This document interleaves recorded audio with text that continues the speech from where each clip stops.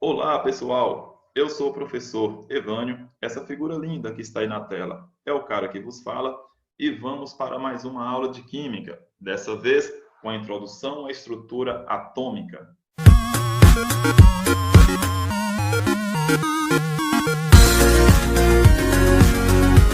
Vamos falar de modelos. Bom, pessoal, para melhor entender a composição química da matéria, seja ela substância ou mistura, é preciso conhecer os seus constituintes. E para isso, criou-se o conceito de modelo químico, que melhor explica o comportamento de átomos, íons ou moléculas, que, de um modo geral, podem ser chamados apenas de constituintes. Pessoal, para entender como se deu o primeiro modelo atômico, que marca o início do século XIX, precisamos entender a base, o que acontecia antes, lá no século XVIII, e vamos falar das leis ponderais. Temos aqui duas grandes personalidades na química, Lavoisier e Joseph Proust. Lavoisier enunciou a lei da conservação da massa, onde diz que em ambiente fechado, uma reação química mantém a massa inalterada. Ou seja, a massa dos reagentes é exatamente a mesma massa dos produtos. Antes da reação e pós-reação, a massa se conserva. Essa lei, nos dias de hoje, pode ser enunciada assim: na natureza, nada se cria, nada se perde, tudo se transforma. Quem nunca ouviu essa célebre frase? E Joseph Proust enunciou a lei das proporções constantes, onde mostra uma proporção entre as reações químicas. Pessoal, uma lei complementa a outra. E para que vocês possam entender de forma mais clara, eu trouxe aqui uma tabelinha para vocês, onde mostra a reação química entre o cálcio e o oxigênio, produzindo o óxido de cálcio. Observe, na experiência 1, havia 40 gramas de cálcio, que reagiu com o oxigênio e produziu 56 gramas de óxido de cálcio. Se a massa é conservada, é óbvio que o valor de oxigênio aí só poderia ser 16, uma vez que 40 com 16 resulta em 56. Na segunda experiência, observe que falta a quantidade de cálcio e falta também a quantidade de óxido de cálcio do produto. Nós só temos aqui a quantidade de oxigênio. E agora, como saber o valor que vai ser somado com 32 para resultar o valor de C? Nós temos duas incógnitas aqui. Observe que com a lei da conservação da massa de Lavoisier, fica difícil definir isso aqui.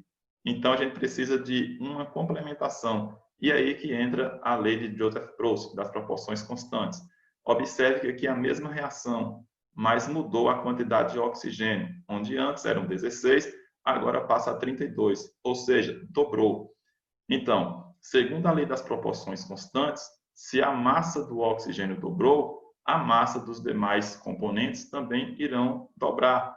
Ou seja, onde havia 40 gramas de cálcio, passa agora a 80 gramas. E onde havia 56 gramas, passa agora a 112 gramas. Então, veja bem, essa é a lei das proporções de Joseph Proust, que complementa a de Lavoisier. Quem quiser provar de Lavoisier, observe.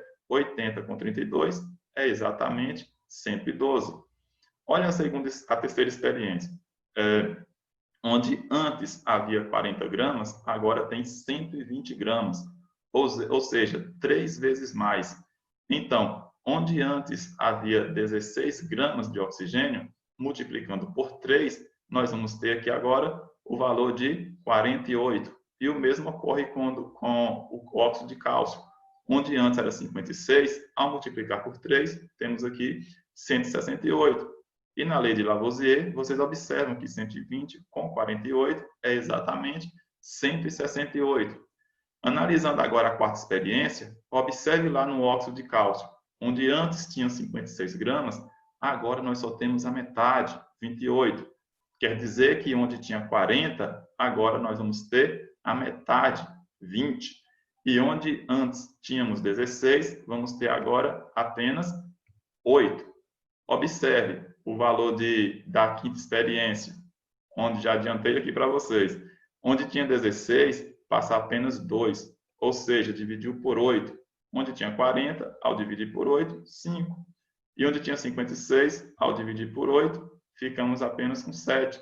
E na lei de Lavoisier, a gente observa que o fundamento, 5 mais 2 é igual a 7. Uma lei complementa a outra.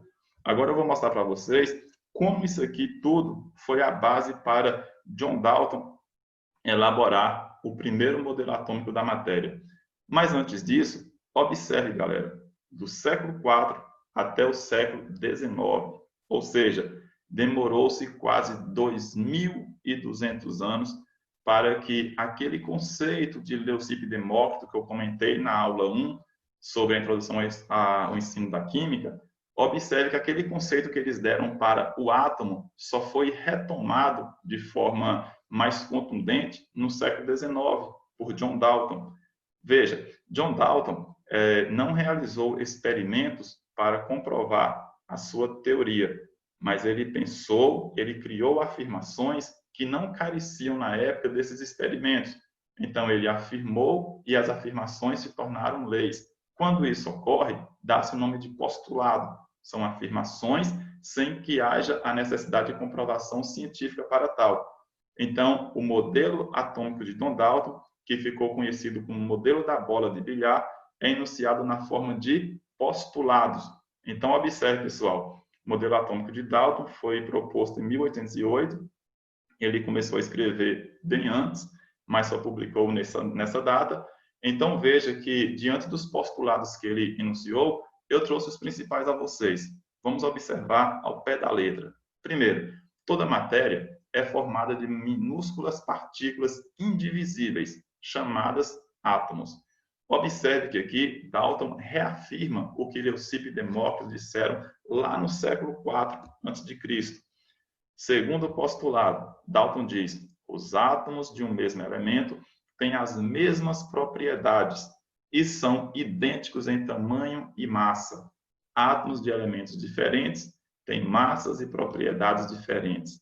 Galera, aqui Dalton dá um formato para o átomo. O átomo é esférico, ele tem tamanho, tem massa. Se os átomos são iguais, as massas vão ser iguais, os tamanhos vão ser os mesmos. Se os átomos são diferentes, os tamanhos serão diferentes, mas o formato é o mesmo, é esférico. Então, observe, Dalton diferencia átomos de elementos diferentes em questão de massa, mas o formato é sempre o mesmo, é esférico. O tamanho, a massa pode ser diferente. Por exemplo, se ele estiver analisando, se eu estiver, qualquer um, estiver analisando hidrogênio com oxigênio, os átomos de hidrogênio são diferentes dos átomos de oxigênio em tamanho e massa, mas todos têm o mesmo formato na percepção de Dalton. E segundo Dalton, o átomo seria a menor partícula da matéria, por isso que se chama átomo, partícula indivisível. Observe agora o próximo postulado. Quando os elementos se combinam, os átomos de um elemento não são transformados em átomos de outro elemento. Átomos não são criados nem destruídos. Pessoal, Dalton bebeu na fonte de Lavoisier aqui.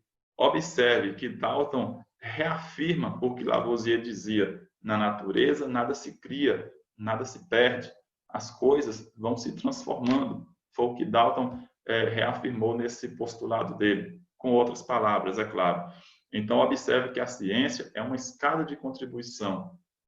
Ninguém nunca faz nada sozinho. Sempre usamos ideias e pensamentos de pessoas que vieram antes e vamos construindo a nossa, que vão ser base para as próximas, né? Futuramente. Observe o próximo postulado. Quando diferentes elementos se combinam, seus átomos juntam-se numa proporção de números inteiros e pequenos. Aqui nós temos também evidências das leis ponderais, dando contribuição no alicerce da primeira teoria atômica de Dalton. Observe o próximo postulado.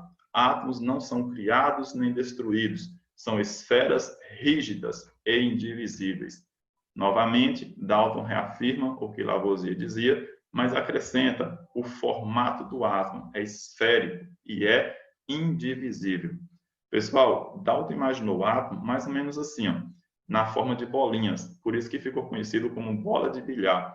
Não que Dalton tinha batizado com esse nome, né? Foram seus contemporâneos. Então, observe, a bolinha cinza aqui poderia representar o átomo de hidrogênio, o menor de todos.